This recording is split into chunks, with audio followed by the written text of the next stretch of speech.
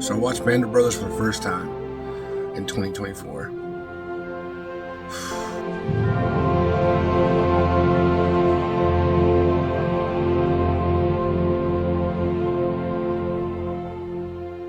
Band of Brothers was a series released in 2001 by HBO. I don't know what caused me to not watch it when it was brand new. My dad had watched it when it had just released. I knew he liked it, and I don't know if it's one of those things, when you're young and you know that your parents think something's cool or they like something, so you tend to stay away from it, or for whatever reason. I was about 13 when it was released. Like I said, I don't know what caused me to wait so long to watch it, so I decided, you know what, I'm interested in World War II. It came up on my YouTube feed, so I watched it.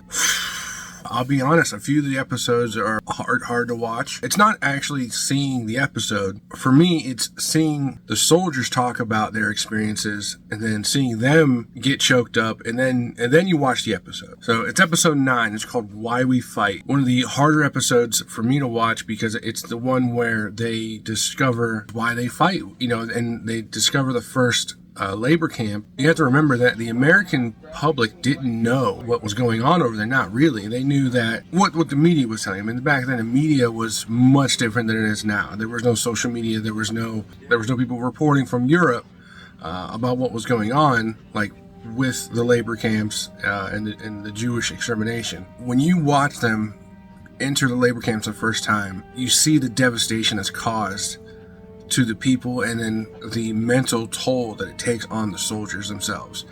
That got to me.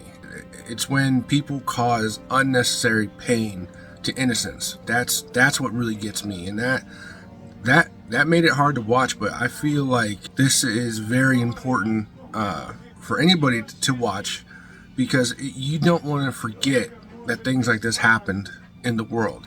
It's very important for a nation and for people to grow up in a culture to realize what people did for them. These soldiers put their lives and their families' lives, not just their families' lives, but their whole entire family tree at risk to go and fight for the freedom of everybody.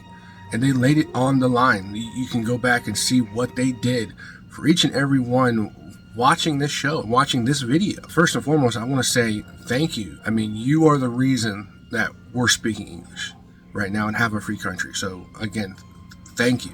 Now, back to the show. It's a 10-episode series. It has one season. It goes from D-Day, where it goes from their training 2 years prior to dropping all the way up to the liberation of Europe on VE Day. What makes this show so gripping is the fact that it pulls you into the characters. You know that they're real people, but these actors do such a phenomenal job. You can watch interviews with the soldiers' sons and even some of them before they passed away. Not every soldier agrees on some of the events that happened. The portrayal of Captain Sobel, which is probably the most famous actor that most people identify with the show, and it's David Schwimmer. So I've actually just began a second viewing of this series because I found myself going to Google and going to look up the real men and seeing what they were like. And then now I'm going back and watching it a second time. It really gives me the impression that Sobel was the bad guy.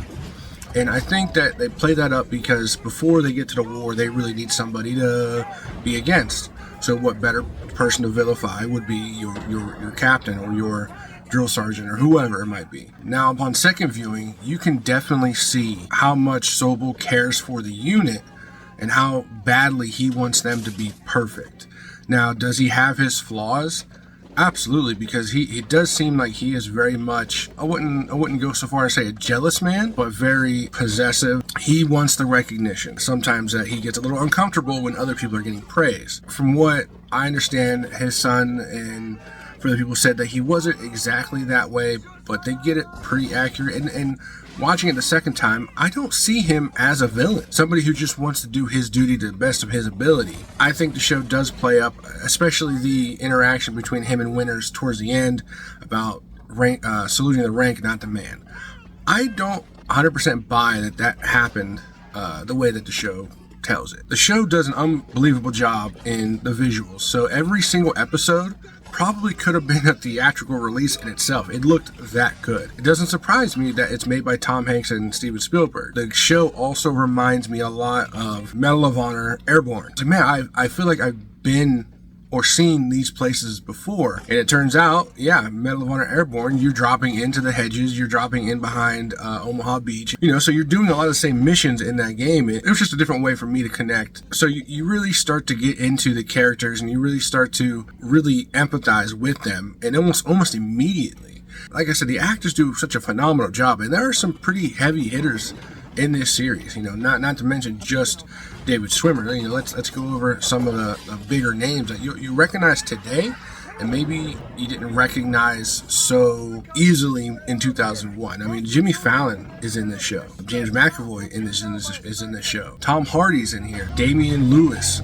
Ron Livingston, and I was never a big fan of Livingston as an actor in a lot of other projects, but here he's absolutely amazing as the alcoholic Nixon, which the guy's lovable. Yeah, how can you not like that dude in this show? Also, we have Neil McDonough, I believe that's his name, Donnie Wahlberg. You have Rick Gomez, which maybe he's a little bit of a lesser known actor. Then you have Shitbrick from American Pie, which he really surprised me, Nolan Hemmings. You go from watching him in American Pie, and then he's a soldier for Easy Company. I mean, what a swing. I mean, that shows off his range. The cast is, like I said, phenomenal throughout the entire series, and I'm on my second viewing. So if you've never watched it, never heard of it, this is your first time hearing it, I highly recommend checking this out. Not just for entertainment's sake, but even educational sake. I mean, like I said, it never hurts to just remember how things got to the way they are now. This show also brings me back to just a simpler time. And I know, yeah, you're saying we were at war. How was it simpler? Well, I'm saying simpler as in we as Americans knew our duty. We knew that we had to help. We knew we had to win this war. We knew what we needed to do to win. We weren't just policing the world. We were retaliating against a nation that attacked us, as well as protecting the rest of the world from a giant bully in the Nazi army. The show is absolutely amazing. And if you've never seen it, I mean, highly recommend. This show to me gets an A+. Now, there are some historical inaccuracies, but overall, the show does a very good job of telling the story of Easy Company. It made me want to search out more information about these men. So that's it for me, guys. I'm actually going to go off. I think I'm going to start watching The Pacific next. Maybe I'll come out with a review of that one too. So stay tuned, and I appreciate you guys coming to check me out. Leave some love down in the comment section, and let me know, have you seen it? What's your favorite World War II movie or show or video game? Until next time, guys. Peace.